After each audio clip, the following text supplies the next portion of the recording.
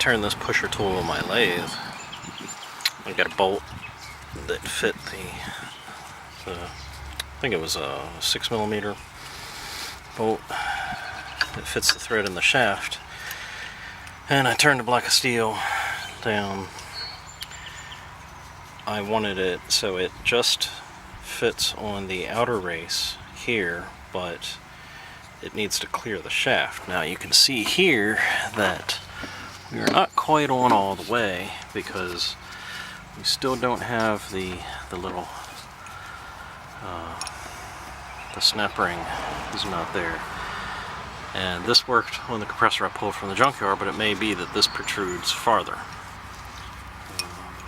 I'm not sure why it stopped, but I'll have to keep trying.